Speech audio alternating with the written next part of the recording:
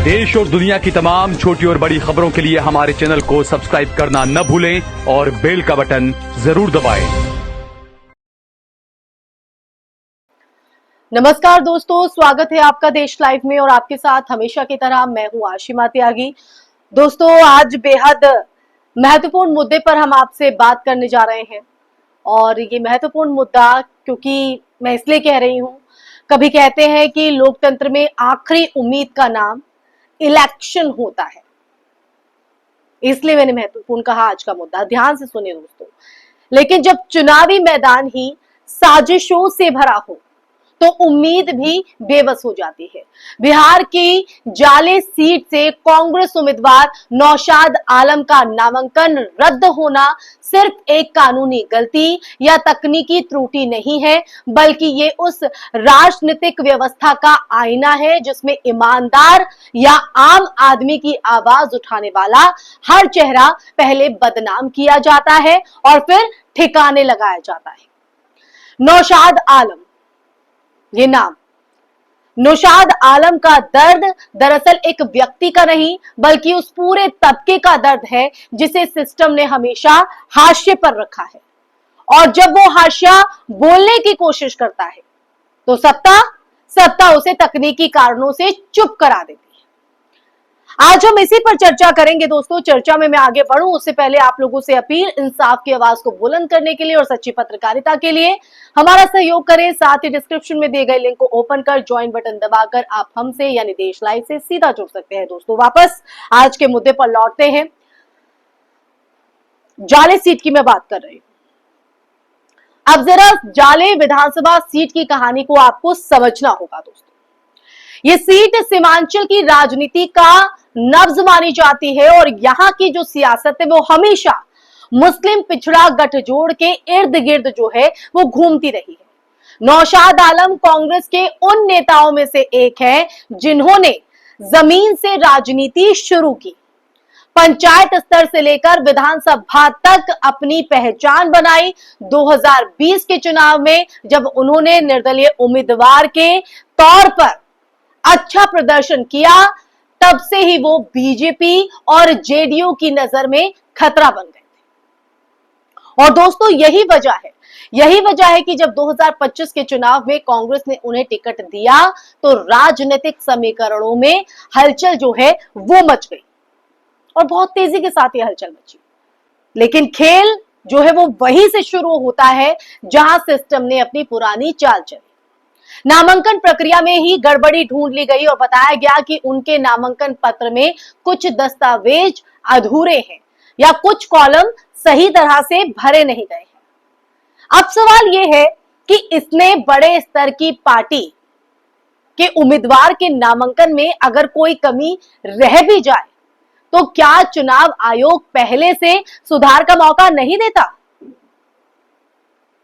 क्या ये वही बिहार नहीं है जहां कुछ उम्मीदवारों को गलती सुधार के लिए दो मौके दिए गए, मगर नौशाद आलम को सीधे रद्द की सूचना दे दी गई। ये फैसला अपने आप में ये बताता है कि सिस्टम कैसे काम करता है और किसके इशारे पर काम करता है। नियम सिर्फ कमजोरों के लिए और ढील सिर्फ ताकतवरों के लिए है। नौशाद आलम की अगर बात करें तो नौशाद आलम ने अपने बयान में साफ कहा कि मैंने कोई गलती नहीं की, मेरे दस्तावेज पूरे थे। आज मुझे नॉमिनेशन करना था, लेकिन जो एक नैरेटिव सेट किया भारतीय जनता पार्टी ने, उसके चलते आला कमान, हाई कमान, हमारे उच्च लीडर ने मुझे कहा कि नौशाद, मैं जानता हूं कि आप वहां नहीं थे, मैं जानता हूं कि आपकी कोई गलती नहीं है, आपकी कोई खता नहीं, बल्कि सारे अधिकारी जानते हैं, वहाँ के एसएसपी जानते हैं दरभंगा के, वहाँ के डीएसपी जानते हैं, थाना प्रभारी हो या वहाँ के आईयू हो, वो सब जानते हैं कि मैं नहीं था।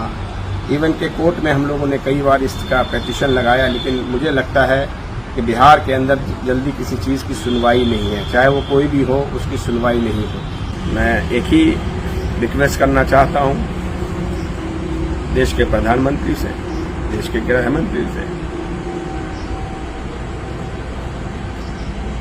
कि इस तरीके का नैरेटिव किसी निर्दोष के खिलाफ बनाना ठीक नहीं। लेकिन चुनाव आयोग पर दबाव था और ये बयान बिहार की सियासत में कोई हल्का आरोप नहीं है दोस्तों, क्योंकि सीमांचल में आज भी अगर हम देखें तो प्रशासनिक और राजनीतिक दबाव का जो खेल है उतना ही गहरा है जितना कभी दरभंगा दरबार की राजनीति में होता था। या किसी उम्मीदवार का नामांकन रद्द होना या किसी खास समुदाय के वोट बैंक को बिखेरना, सब एक योजनाबद्ध प्रक्रिया का हिस्सा लगता है दोस्तों। अब सवाल ये उठता है कि आखिर कांग्रेस के नौशाद आलम को ही क्यों निशाना बनाया गया, क्यों उनका नामांकन बिना किसी उसके रद्द कर दिया गया, उन्हें कोई मौका नहीं दिया गया। दरअसल कांग्रेस सीमांचल में धीरे धीरे मजबूत हो रही थी और उसका सीधा असर बीजेपी के हिंदू मुस्लिम ध्रुवीकरण वाले जो एजेंडे हैं उस पर पड़ने वाला था। और पड़ने वाला क्या था, पड़ने लगा था। जाली सीट पर अगर नौशाद मैदान में रहते तो खेल का जो संतुलन है, जो बैलेंस बीजेपी बनाकर चल रही है, वो पूरी तरह से बदल सकता था। एआईएमआईएम और आरजेडी के वोटों में कांग्रेस सेंध लगा सकती थी और इससे बीजेपी का सीधा नुकसान होता और ये बीजेपी समझ चुकी थी। यानी चुनाव मैदान में जब मुकाबला बराबरी का दिखने लगा तो तकनीकी वजहों का सहारा लेकर या ये कहे कि बहाना बनाकर एक खिलाड़ी को मैदान से ही बाहर कर दिया गया। ये पूरा मामला दोस्तों इसलिए गंभीर हो जाता है, इसलिए मैंने शुरुआत में कहा कि आज का जो मामला है, आज का जो मुद्दा है वो महत्वपूर्ण है। सिर्फ नौशाद आलम तक सीमित नहीं है ये। बिहार में लगातार कई ऐसी घटनाएं हुई हैं जहां विपक्षी उम्मीदवारों के नामांकन टेक्निकल कारणों से रद्द कर दिए गए, जबकि सत्ताधारी दल के उम्मीदवारों को हर सुविधा दी गई। लोकतंत्र का ये नया संस्करण प्री सिलेक्शन की तरह हो गया है, जहां जनता से पहले चुनाव आयोग ही ये तय करता है कि मैदान में कौन खेलेगा और कौन नहीं। अब आप ही समझ जाइए दोस्तों, अगर हम इतिहास को उठाकर देखें तो ऐसे कई मौके आए जब सत्ता ने विपक्ष की आवाज को नामांकन या जांच के बहाने कुचल दिया। चाहे 1975 की इंदिरा गांधी सरकार को आप ले लीजिए, इंदिरा गांधी सरकार के समय की इलेक्शन केस हो, या 2024 के लोकसभा चुनाव में कई स्वतंत्र उम्मीदवारों का जो फॉर्म है वो रिजेक्ट होना। हर दौर में यह साबित हुआ है कि लोकतंत्र के नाम पर सबसे पहले गला घोटा जाता है विपक्ष का। नौशाद आलम की अगर बात करें तो नौशाद आलम की कहानी में एक और परत है। ये सांप्रदायिक राजनीति की परत, जिस इलाके में मुसलमान वोट निर्णायक होते हैं वहां किसी मुस्लिम उम्मीदवार का मैदान से हटना सीधे तौर पर बहुमत समीकरण को प्रभावित करता है दोस्तों। और यही वो चाल है, यही वो स्ट्रैटेजी है जो सीमांचल में बार बार दोहराई जा रही है। पहले एक मजबूत मुस्लिम चेहरा पैदा होने नहीं दिया जाता और अगर वो उभर कर सामने आ भी जाए तो कागजी साजिशों में फंसा दिया जाता है। नौशाद आलम का जो दर्द है वो सिर्फ उनके नामांकन रद्द होने का नहीं है, बल्कि उस विश्वास के टूटने का भी है दोस्तों जो जनता ने लोकतंत्र में रखा था। उन्होंने कहा था कि अगर मैं मैदान से बाहर किया गया, अगर मेरे साथ ऐसा हुआ है, मैं मैदान से बाहर किया गया हूं, तो ये जनता के अधिकारों पर हमला है। ये बात बिल्कुल सही है दोस्तों, क्योंकि चुनाव सिर्फ उम्मीदवारों का नहीं, जनता का भी अधिकार होता है वो अपने प्रतिनिधि को चुने। और जब किसी उम्मीदवार को जबरदस्ती बाहर किया जाए, ऐसा कर दिया जाता है, तो दरअसल जनता की पसंद को अस्वीकार किया जाता है। सियासी जानकारों की अगर बात करें तो सियासी जानकारों का यह मानना है कि मामला आने वाले दिनों में कांग्रेस को सीमांचल में सहानुभूति लाभ दे सकता है। लेकिन नौशाद आलम खुद इसे किसी लाभ के रूप में नहीं देखना चाहते। उन्होंने जो दर्द अपना व्यक्त किया है वो किसी राजनीतिक बयान की तरह नहीं, बल्कि एक आम इंसान की पुकार की तरह था दोस्तों। मेहनत से विश्वास बनाया, लेकिन सिस्टम ने सब मिटा दिया। ये उनकी कथन है नौशाद आलम की। ये पूरा प्रसंग जो है वो बिहार की लोकतांत्रिक व्यवस्था की दिशा को लेकर गंभीर सवाल उठाता है।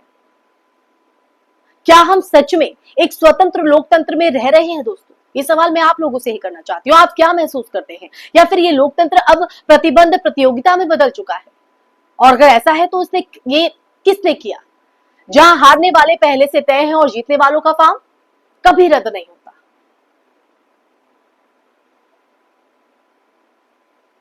तो आज की चर्चा के अंत में मैं आप लोगों से यही कहना चाहती हूँ कि कहते हैं कि लोकतंत्र की ताकत जनता होती है, यानी आप लोग, हम लोग होते हैं, लेकिन जब जनता की पसंद को ही चुनावी फाइलों में दबा दिया जाए तो लोकतंत्र नहीं, डॉक्यूमेंट्री जो है वो यहां पर बचती है। डॉक्यूमेंट्री नौशाद आलम का नामांकन भले रद्द हो गया हो, लेकिन उनकी कहानी बिहार की राजनीति में एक निशान छोड़ जाएगी, एक छाप छोड़ जाएगी, एक सवाल छोड़ जाएगी कि क्या अब चुनाव भी साजिशों से लिखे जाएंगे? और अगर ऐसा होता है और होता रहा तो आने वाले वक्त में मतदाता सिर्फ वोट नहीं खोएगा बल्कि भरोसा भी खोएगा। और लोकतंत्र में सबसे खतरनाक चीज यही होती है दोस्तों, जब जनता भरोसा खोती। इसी के साथ इस चर्चा में फिलहाल के लिए बस इतना ही। ये चर्चा आपको कैसी लगी? इस चर्चा को सुनने के बाद आपके जहन में बिहार के सिनेरियो को देखते हुए, बिहार में जो इस वक्त सरगर्मियां तेज देखी जा रही हैं चुनावी, उसको लेकर आपके जहन में क्या विचार उठ रहे हैं? कमेंट बॉक्स में कमेंट करके जरूर बताइएगा दोस्तों। अपनी राय जरूर साझा कीजिएगा। साथ ही साथ इस वीडियो को ज्यादा से ज्यादा शेयर भी कीजिएगा और हमारे चैनल देश लाइव को सब्सक्राइब भी कीजिएगा। इसी के साथ आप लोगों से इजाजत लेना चाहूंगी, फिर हाजिर होंगे एक नए मुद्दे के साथ। तब तक के लिए अपना ख्याल रखिए। जय हिंद, जय भारत, नमस्कार।